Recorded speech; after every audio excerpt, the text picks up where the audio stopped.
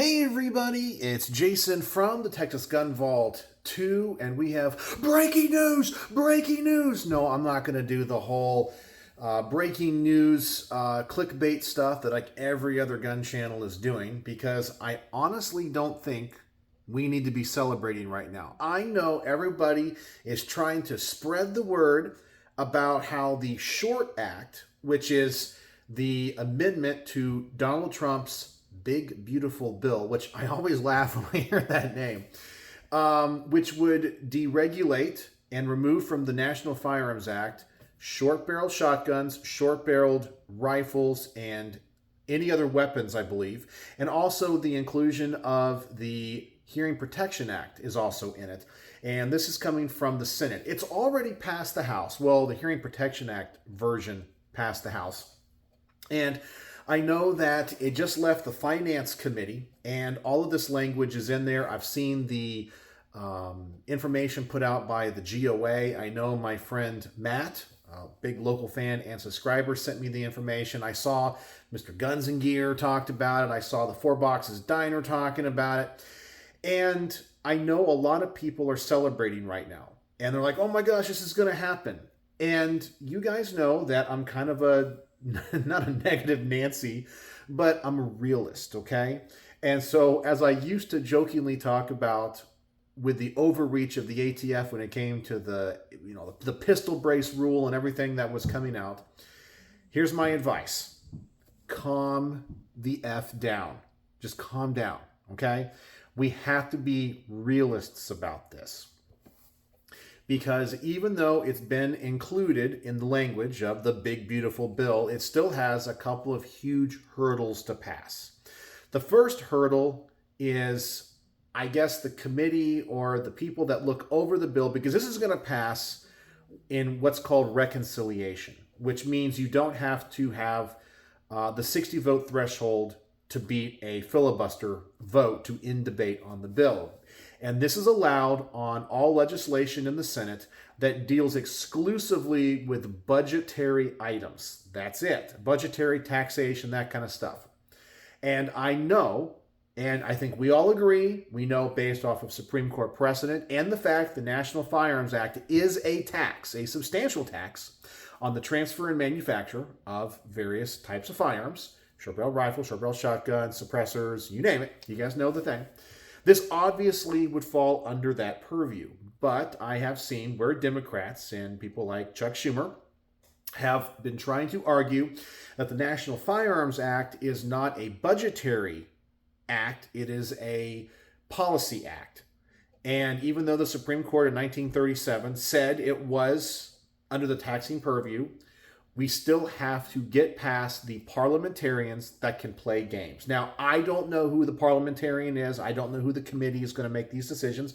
Are they appointed by the majority? Are they neutral? What are they? We don't know, okay? Because we all know everybody has biases, and words mean things, but they can mean different things to different people. So even if it passes that standard, it has to go to the full Senate for a vote. And during debate, when they're going to have the debate, we all know that senators can propose amendments. And there's going to be a lot of strong opposition to the inclusion of those two things because they deal with guns. So we already know the Democrats are going to propose amendment after amendment after amendment in sneaky ways to get it removed. And then if it crosses that hurdle, I think it has to cross the biggest hurdle of all.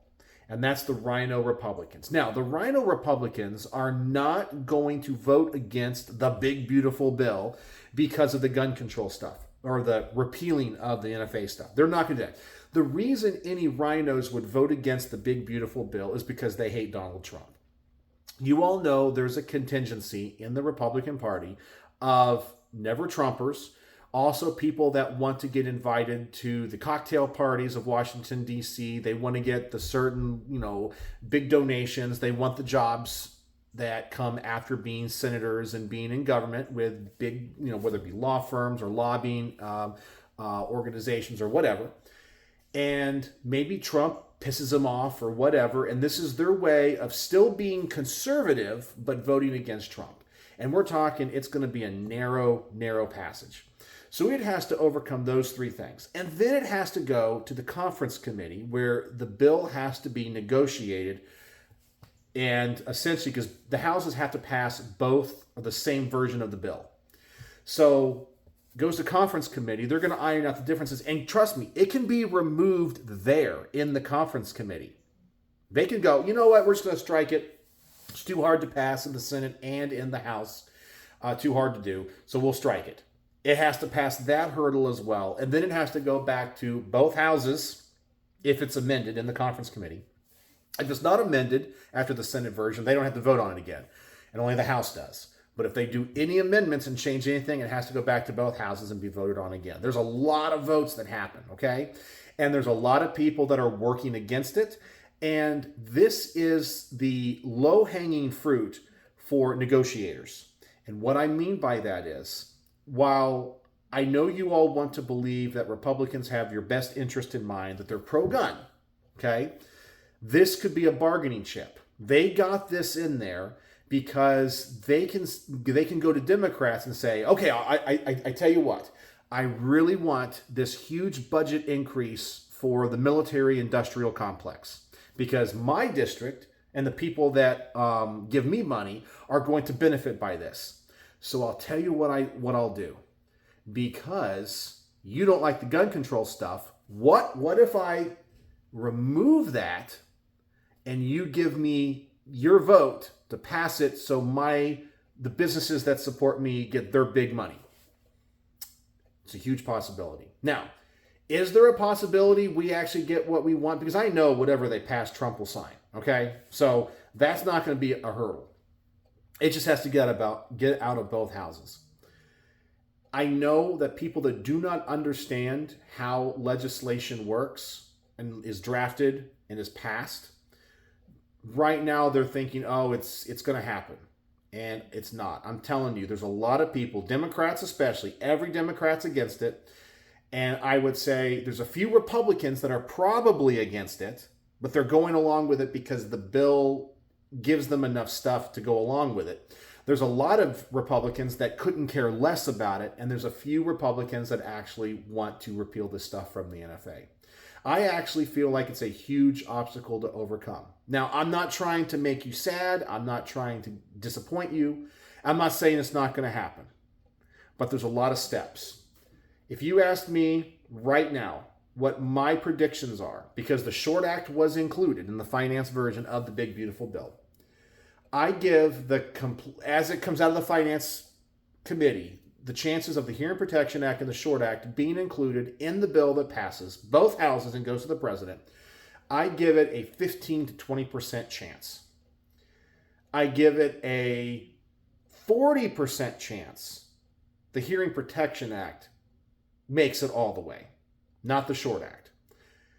And that's it. And then I give it like a 60% chance that, and what's ever left, that all of that is removed in negotiations just to get it passed out of the, houses because they need all the votes they can get. And there's going to be some Republicans that they're going to have to say, hey, listen, we know you're rhinos. We know you hate Trump. If we do this, if we remove this, will you vote for it? I'm telling you guys, I know a lot of you guys are celebrating. A lot of you guys are really happy. Everyone's licking their chops. All the channels right now that are like, breaking news, oh my gosh. And they're trying to get you to click on it and get you all excited. All I'm saying is should we be, optimistic? Yes. Cautiously optimistic? Absolutely. Is it a sure thing? Absolutely not. And we all need to calm down. We all need to calm down because all it's going to do is be another huge disappointment. And I don't know about you, that's all we ever seem to really get. Big disappointments. So calm down. Calm the F down until we know more. It still has a long way to go. A long way to go. And I know this is the exact opposite of what all the other clickbaity channels are telling you. I'm just trying to be a realist here. So be cautiously optimistic, but don't be crushed. Don't have your heart crushed when none of it gets through because they were just bargaining chips. I'm telling you, it's the way it's going to go. So I know I had a number of people message me. Thank you, Matt, and a few others. You all know who you are. Messaged me and emailed me about this, wanting to know my thoughts and opinions. So I thought that I would share with it, and I thought I'd make a little bit of fun with the breaking news. Who knows? Maybe I will put it in the title of the video just to kind of, make a joke of it. So if you watch to the end of this video, of course, tell me what you think about the inclusion of the SHORT Act in the Senate bill, and what do you think the chances are it will pass, and use the word of the day, which is short. Short, if you use the word short in your comment, I know you're a true vault dweller and somehow can tolerate listening to my annoying voice for 10 minutes and 37 seconds. So let me know what you all think in the comment section below. Thank you for joining me here in the garage, and as always, thanks for watching.